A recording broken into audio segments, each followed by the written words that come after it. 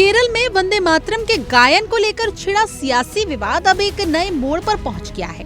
राज्यपाल विश्वनाथ आर्लेकर और राज्य सरकार के बीच शुरू हुई इस बहस में अब कांग्रेस के वरिष्ठ नेता और तिरुवनंतपुरम से सांसद शशि थरूर की भी एंट्री हो गई है। केरल विधानसभा चुनाव में राष्ट्रगीत के पूरे अंतरे न गाए जाने और केवल बैंड की धुन बजाए जाने पर राज्यपाल ने कड़ी नाराजगी जताई थी। इसके बाद मुख्यमंत्री वीडी सतीशन ने ये स्पष्ट कर दिया कि वंदे मातरम का पूरा गाना अनिवार्य नहीं है, क्योंकि संसद ने इस संदर्भ में कोई विशेष कानून नहीं बनाया है, बल्कि केवल कुछ दिशा निर्देश जारी किए हैं। इस पूरे घटनाक्रम पर अब शशि थरूर ने अपनी प्रतिक्रिया देते हुए इस नए नियम को श्रोताओं के लिए गैर जरूरी बताया है। शशि थरूर ने अपने आधिकारिक कार्यक्रम की शुरुआत और अंत में वंदे मातरम के सभी पांचों अंतरे बजाए जाने की अनिवार्यता पर खुलकर सवाल खड़े किए हैं।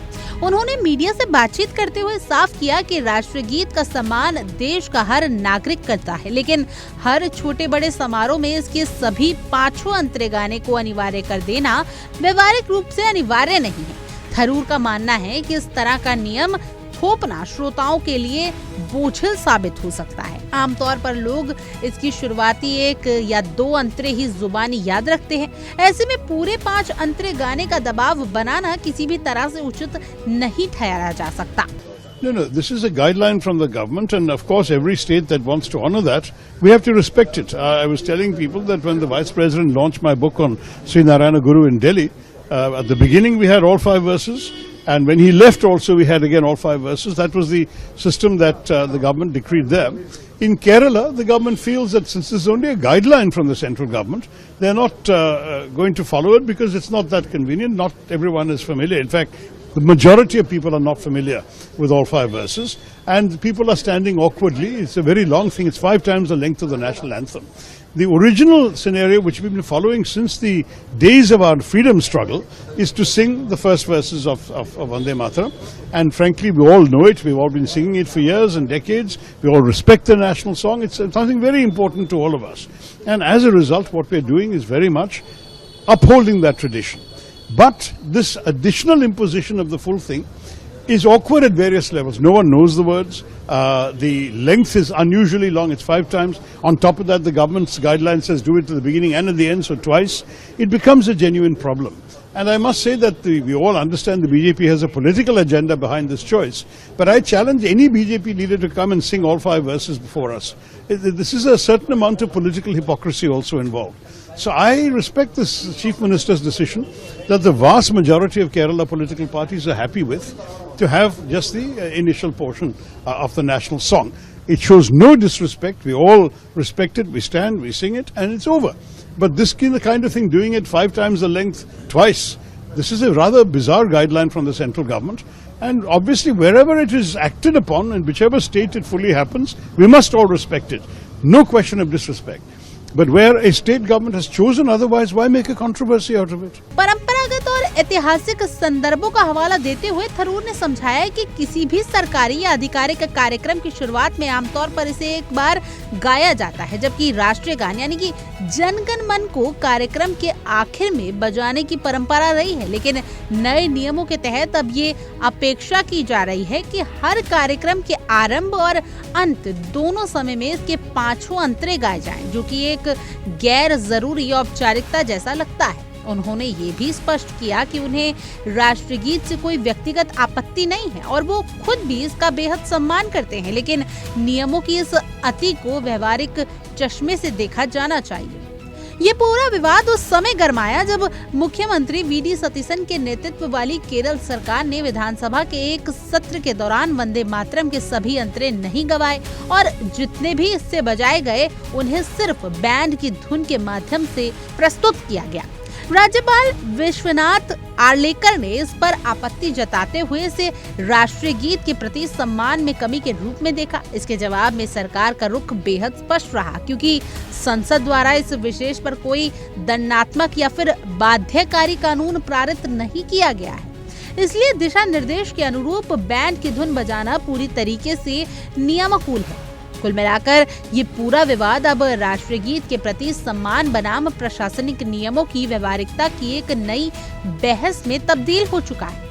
इस पूरे मामले में प्रशासनिक और कानूनी पक्षों को समझना भी बेहद जरूरी है। दरअसल राष्ट्रीय गान और राष्ट्रीय गीत दोनों की गरिमा देश के संविधान में सर्वोपरि रखी गई है, लेकिन दोनों के क्रियान्वयन को लेकर नियमों में थोड़ा अंतर है। जहां राष्ट्रीय गान यानी कि जहां जनगण मन को लेकर बाकायदा समय सीमा 52 सेकंड और इसे गाने के कड़े नियम तय हैं, वहीं वंदे मातरम के गायन को लेकर गृह मंत्रालय और संसद के सत्र पर कुछ सामान्य दिशा निर्देश ही जारी किए गए हैं। केवल सरकार का यही तर्क है कि बिना किसी स्पष्ट वैधानिक कानून के आधिकारिक कार्यक्रमों में पांचों अंतरे गाने की जिद केवल एक प्रशासनिक दबाव पैदा करती है, जिसका वास्तविकता या फिर राष्ट्रभक्ति की भावना से कोई सीधा संबंध नहीं है।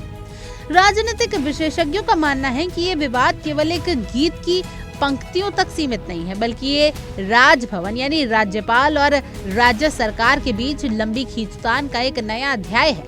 विपक्ष और सत्ता पक्ष के कई नेता इसे परंपराओं बनाम नए नियमों के टकराव के रूप में देख रहे हैं। देश के इतिहास में हमेशा से ये देखा गया है कि बंकिम चंद्र चटर्जी द्वारा रचित इस ऐतिहासिक गीत का पहला अंतरा ही सबसे ज्यादा लोकप्रिय और सर्वमान्य है। आजादी के आंदोलन से लेकर आज तक की सरकारी बैठकों में इसी हिस्से को प्रमुखता दी जाती है और ऐसे में अचानक से सभी पांचों अंतरों को अनिवार्य करने का फैसला व्यवस्था और जनता दोनों के लिए ही नया अनुभव है। शशि थरूर के इस बयान ने अब इस चर्चा को एक नया आयाम दे दिया है, जहां राष्ट्रभक्ति की भावना और व्यवहारिक सहूलियत के बीच संतुलन बनाने की बात कही जा रही है। थरूर का ये तर्क है कि वंदे मातरम का सम्मान हमारे दिलों में है और हम इसे खुशी खुशी गा सकते हैं, लेकिन इसे नियम बनाकर थोपा नहीं जाना चाहिए। एक बहुत बड़े वर्ग की सोच को दर्शाता है। अब देखना ये होगा कि राज्यपाल और केरल सरकार के बीच ये वैचारिक मतभेद आने वाले समय में क्या नया मोड़ लाते हैं, या फिर इस संदर्भ में संसद और केंद्र सरकार की तरफ से कोई नई और स्पष्ट गाइडलाइन जारी की जाती है जो इस तरह के असमंजस को हमेशा के लिए खत्म कर सके। इस पूरे विवाद के कानूनी पहलू पर गौर करें तो prevention of insults to national honour act 1971 मुख्य रूप से राष्ट्रीय गान, राष्ट्रीय ध्वज और भारत के मानचित्र के अपमान को रोकने के लिए दंड का प्रावधान करता है, लेकिन इसमें वंदे मातरम के गायन को अनिवार्य बनाने या इसे न गाने पर किसी सजा का स्पष्ट उल्लेख नहीं है। देश की सर्वोच्च अदालत यानी सुप्रीम कोर्ट भी साल 2017 में एक जनहित याचिका की सुनवाई के दौरान ये साफ कर चुका है कि संविधान में राष्ट्रीय गीत जैसी कोई वैधानिक अवधारणा यानी कि कॉन्स्टिट्यूशनल कॉन्सेप्ट अनिवार्य रूप से परिभाषित नहीं है और न ही सिनेमा घरों या स्कूलों में इसे जबरन गवाने का कोई कानूनी आदेश दिया जा सकता है। अदालत के इस रुख से केरल सरकार के उस तर्क को मजबूती मिलती है जिसमें इसे केवल एक सर्वेक्षित दिशा निर्देश माना गया है। ऐतिहासिक रूप से भी देखें तो बंकिम चंद्र चटर्जी द्वारा रचित मूल वंदे मातरम गीत में कुल 5 अंतरे हैं, लेकिन भारतीय राष्ट्रीय कांग्रेस ने 1937 के अपने कोलकाता अधिवेशन में इसके केवल पहले 2 अंतरों को ही राष्ट्रीय गीत के रूप में अपनाने का प्रस्ताव पारित किया था। इसके पीछे मुख्य कारण ये था कि शुरुआती 2 अंतरे पूरी तरीके से मातृभूमि की प्राकृतिक सुंदरता और वंदना को समर्पित हैं, जबकि बाद के अंतरों में धार्मिक प्रतीकों का उल्लेख है जो बहुसंस्कृतिक भारत की राजधानी धर्मनिरपेक्षता के लिहाजे से संवेदनशील माने गए। यही वजह है कि 24 जनवरी 1950 को जब संविधान सभा में डॉक्टर राजेंद्र प्रसाद ने इस राष्ट्रगान के समकक्ष सम्मान देने की घोषणा की, तब भी व्यवहारिक रूप से इसके केवल शुरुआती हिस्से पहले अंतरे को ही आधिकारिक मंच पर प्राथमिकता दी गई। ऐसे में 5 अंतरों के गाने की अनिवार्यता का विरोध करने वाले नेता को इसी ऐतिहासिक और सर्वमान्य परंपरा का हवाला दे रहे हैं।